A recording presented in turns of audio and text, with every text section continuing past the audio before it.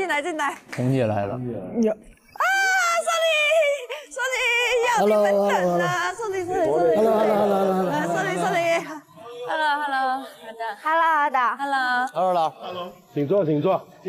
请坐。好嘞。哇，来，我这么幸运坐到了老师旁边吗？昨天跟今天啊，说实在，让我改变了很多对你们的看法。那因此，我今天也是你给我一个很大的改观。对，就是你愿意豁出去。对，以我来说，你今天演这个角色，如果演得好，其实你比其他的角色都要强。还可以耶。对，我没想到哎，连我最担心的沈月，今天也哇！我今天很高兴，对你们都让我很安慰哦。喂，我们这边的不得了的，非常不错。今天晚上还有一个事情。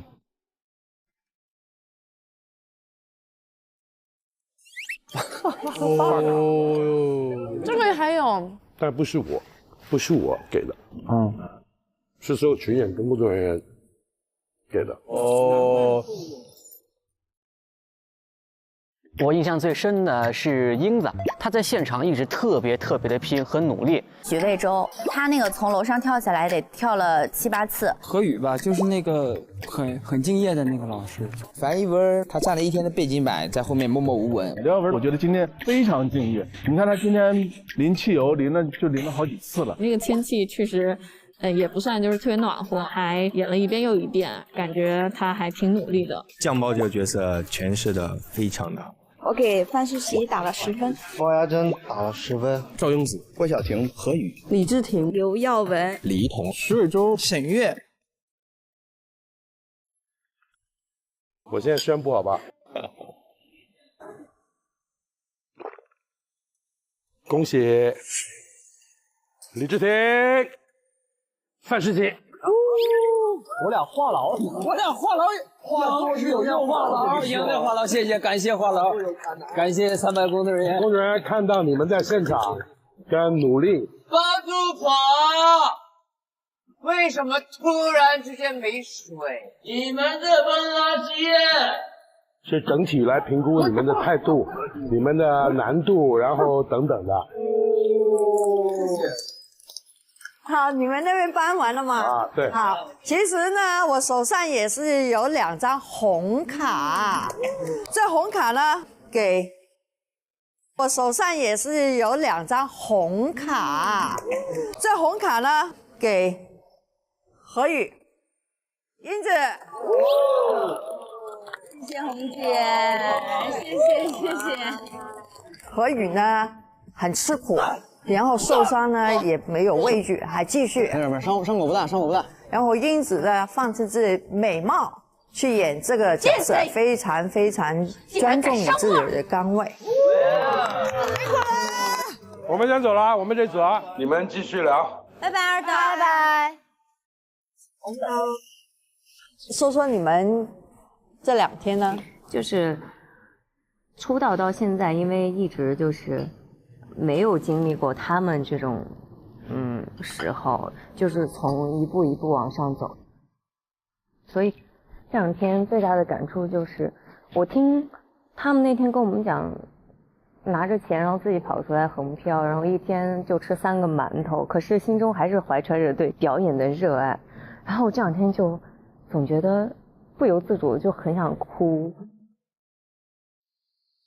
然后就听他们就觉得很感动，感动的点是在于他们这么辛苦还能坚持，那么我们一路走来就无比之顺，所以没有他们的那种辛酸历程，我觉得我们就可能缺少了一种想要去往上冲的那个劲儿，就是现在就觉得自己很多东西需要自己也要去争取。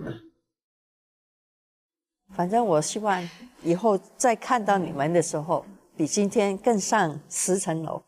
加油加油，我们一起碰一个吧。谢谢红姐，感谢老师。碰一个。大胆一点。你呀也是不要那么低调。其实是就我觉得我自己挺惭愧的，就感觉可能没做好。其实今年拍的那个摄影棚对于我来说，其实纪念意义挺大，因为我人生中第一个戏在那边拍的，03年。我今年是整整第20年拍戏了看起来好年轻。对呀，你看着很小。对，我97的，我那6岁拍的。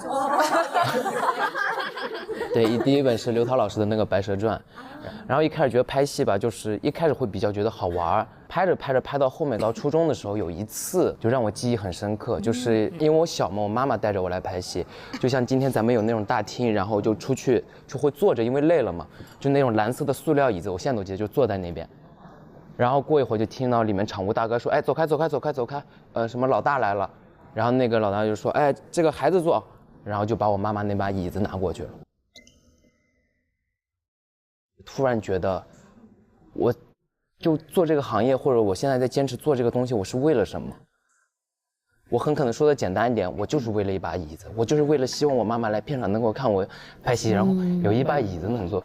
其实这个椅子也可以理解为就是，我想要得到一个就是尊重，就是对就被别人认可的一个尊重。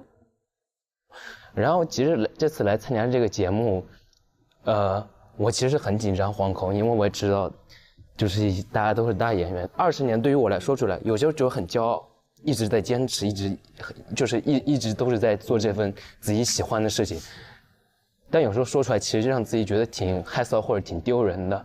这20年还是感觉自己在原地踏步，希望自己在更加的充实自己，锻炼自己的业务能力，然后希望自己变得更好，希望以后把主动权能够捏在自己手。你一定行，你真的很棒。昨天看到你一刻都没有离开。昨天觉得他挺好的，只是因为他太那个低调，然后有一点不自信。所以我为什么后来我调你？我说你每个镜头都给我看到你后脑勺，我都叫你挪前一步。你现在在画面里面，你的出场只看到一个鼻子。老让我退步。不退，我要你的脸。因为我怕会。人家说你话，说什么抢镜头。对吗？对，我怕挡着哥哥姐，然后因为以前就老被这样说，就类似于你站在主演的哥哥姐姐前面就说你要注意啊，不要挡的。然后你躲到主演后面，别人就会说你自己要找饭吃。就有些东西就是这样出来，所以对于我来说，我觉得像包括今天这种情况，其实我已经习惯了，就不要习惯，我不要你习惯。不对，他身上背负太多东西了，放下，你要放下。你说的那个我都试过了，一般在采访，我也是戏里面的第3号女演员，在采访记者啊，拍照啊，沈月啊，会啊，可以不拍了，因为这个是我。多难受，确实。不怕，我对我来说，这种状况，我心里面会，总有一天你就要拍我。对。你不能说我习惯了，没习惯的，我要跟你拼，不要教，可是不能放弃。把那股东西变成能量。其实心里也是憋着一股劲儿，毕竟演员这个职业就是我毕生认定，我因为从小拍了，我就认为这个就是我毕生的职业了。所以虽然可能这个职业目前养不活我，但我可以通过别的，我也做密室逃脱 NPC， 我也做艺考老师，我也送外卖，我都干过。但是我一定会把我自己这份梦想，甚至说毕生的职业坚持下去。我也是希望最后是这样。未来我觉得我未来就是也希望，就有一次在大舞台上，甚至我都会想过自己在领奖台上说。大家好，我是演员马尔罕。这团火不能灭。对，太棒了。对，所有打击和打压都是让我们弹跳得更高。总有一天都会笑着说出来的。辛苦他也比你辛苦，他还要跑。对，跑组应该是去每个组里面自我介绍自己。对，横店特别好的一点就是它离得都很近，就是因为我们跑组演员就会打印一大摞我们自己的资料卡，然后可能一下午会安排2、3个面试都可能。其实跑组对一个人来说，如果意志力少一点啊，真的很难过。你要跑一个不认识，哎，这是我。建100个组，可能有1个组是 OK 的，就会觉得很开心了。其实我在座的各位面前，我其实属于一个新人，因为我以前就是我研究生毕业那会儿，我其实是跟着陈佩斯老师学喜剧的，演了2、3年的话剧，然后我也是这2年才开始演戏的，所以我其实是一个新人。因为我特别喜欢横店，我觉得在横店有很多的机会，而且作为我这样的小演员有无限的可能。不怕你们笑话我，有的时候为了能多一点机会，我有的时候会去给我的演员朋友当助理，就是一个是能在现场多学习他们拍摄的经验，另外一个可能就是加一下副导演啊、导演微信能认识一下啊，能有更多的机会去展示自己，没准以后能合作。对呀，这是要自我争取的，因为演员有时候真的是很被动，可是不一定全部是被动的。对呀，很多时候机会是自己创作的嘛。我当时来横店的时候，我就家里人还有朋友都特别不理解，然后就说，你就已经考上博士了，然后你毕业以后你回家就能有一个稳定的工作，女生嘛，稳稳定定的工作多好啊！但是我就是还是想就是做自己喜欢的事情。然后因为我爷爷就是去年去世了，然后我奶奶就说我说，奥蕾你真的特别不孝，就是你爷爷去世前都没有看到你结婚成家，然后没有看到你没有抱到重孙子，我奶奶就骂我，但是我就说奶奶对不起，我可能比较自私，我想在我有限的生命里去做我喜欢的事情，想完成我的梦想。我说我希望奶奶，我希望你也能支持我。最后奶奶说，我支持你，你去吧。然后我就去横店了。然后但是来了横店之后，就因为没有人去照顾我们这种小角色，所以就也有很多很多的困难。就比如说，记得那天是在横店最冷的那一天，我们在山里拍戏，然后我们就坐在那个河边儿，然后也没有什么小太阳那些，就是我们女生要就是在露天的情况下去换衣服，然后就有的时候有挨打的戏，你知道吗？就我被打一遍一遍的各种机位被打，但是我当时在那个山坡上，底下是有石头的，他也不会给你垫护具，一遍一遍摔，然后最后拍完以后，整个腿跟屁股都青了，走路也是瘸的，一瘸一拐。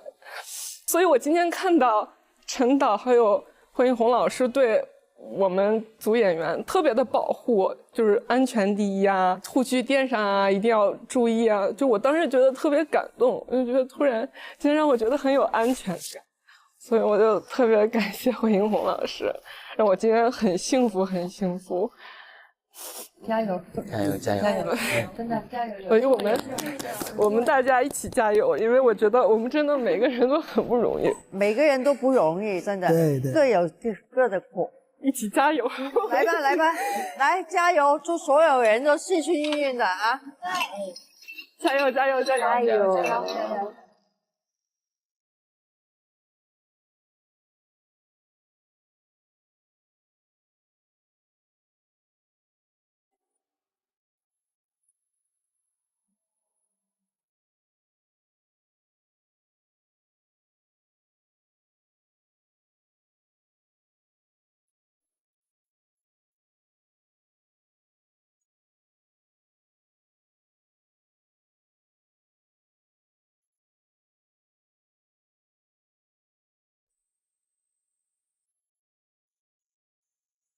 ！Hello， 二导好，你坐你楼，好香啊！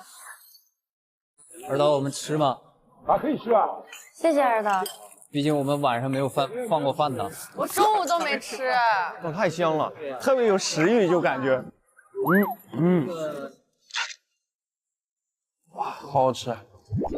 我们节目已经前面都完了啊。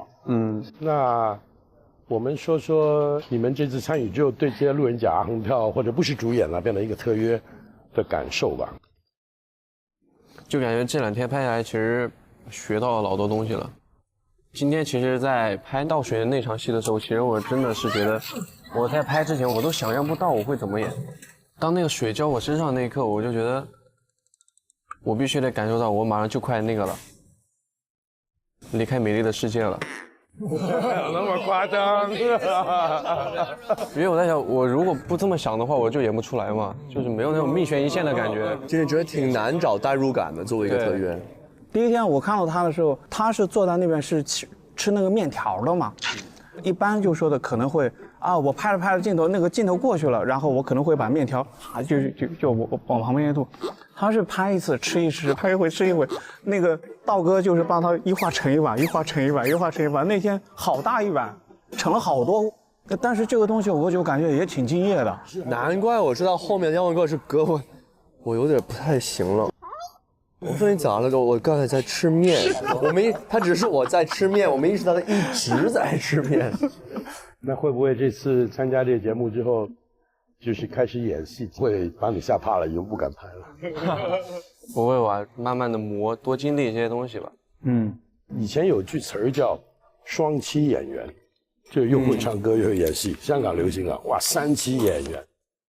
所以如果你都能做得好，其实多元化、多才多艺也没问题的。我觉得要享受那个经历，顺其自然。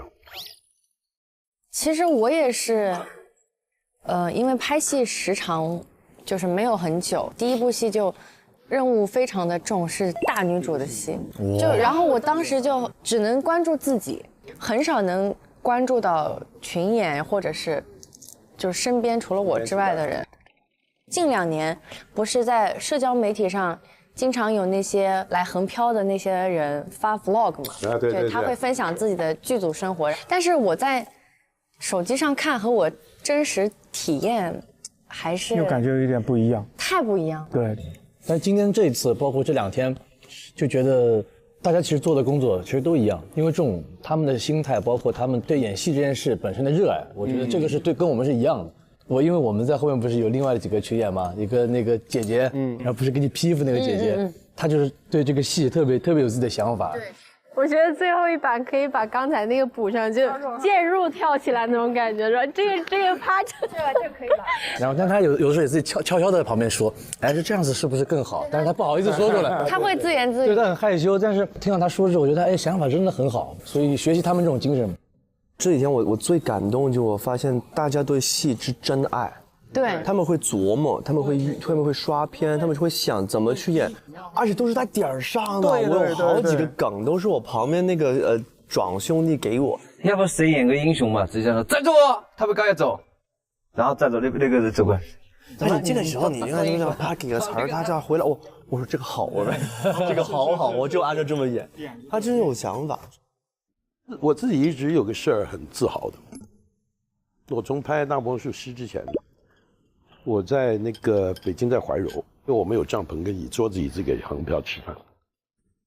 我觉得职业真是无非贵贱，他当然有职位的高低嘛，对不对？导演说了算，每个组都有老大这种，对不对？你基本上在工作之外，其实我们是平等。所以我觉得要给他们基本的尊重。有时候我们去跟他们早你们辛苦了，其实他们对他们来说很重要。有机会群演叫你们拍照，就给他们拍。我有一次学的，成龙跟我说的，我很感动，因为我以前就有拒绝拍照。有一次成龙在机场走，然后突然间有个成龙大哥，我不跟你拍张照？下次。他说下次。他走了几步，那个人说，我这辈子都可能没机会见到你了。我听见哇。我汗毛都竖起来了。我们在路上遇到人，可能一辈子见不到的。对。所以我在不影响工作的时候，尽量要还是多给点温暖，给点温暖他们的。温暖、尊重，互相尊重。来吧，来。